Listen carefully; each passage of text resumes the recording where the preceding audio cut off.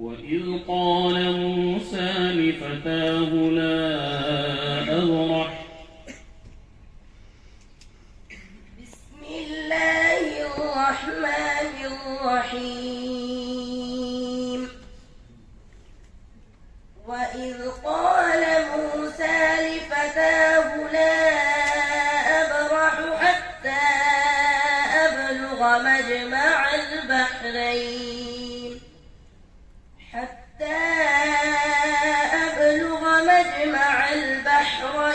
أو أمضي حقبا فلما بلغا مجمع بينهما نسيا حوتهما فاتخذ سبيله في البحر سربا فلما جاوزا قال لفتاه آتنا غداءنا لقد لقينا من سفرنا هذا نصبا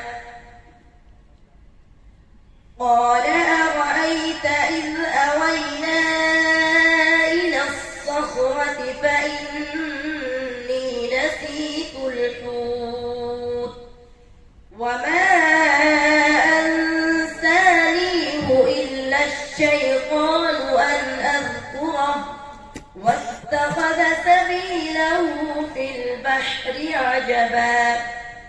قال ذلك ما كنا نبغي فارتدا على آثارهما قصصا فوجدا عبدا من عبادنا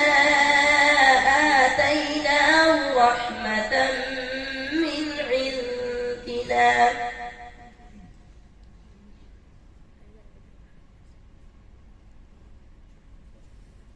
فوجدا عبدا من عبادنا قال ذلك ما كنا نبغي فارتدا على آثارهما قصصا فوجدا عبدا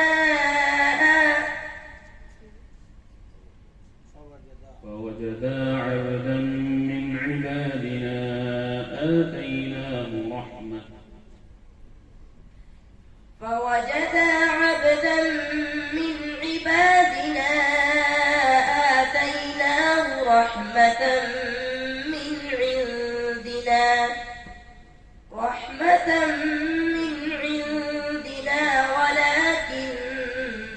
من عندنا وعلمناه من لدنا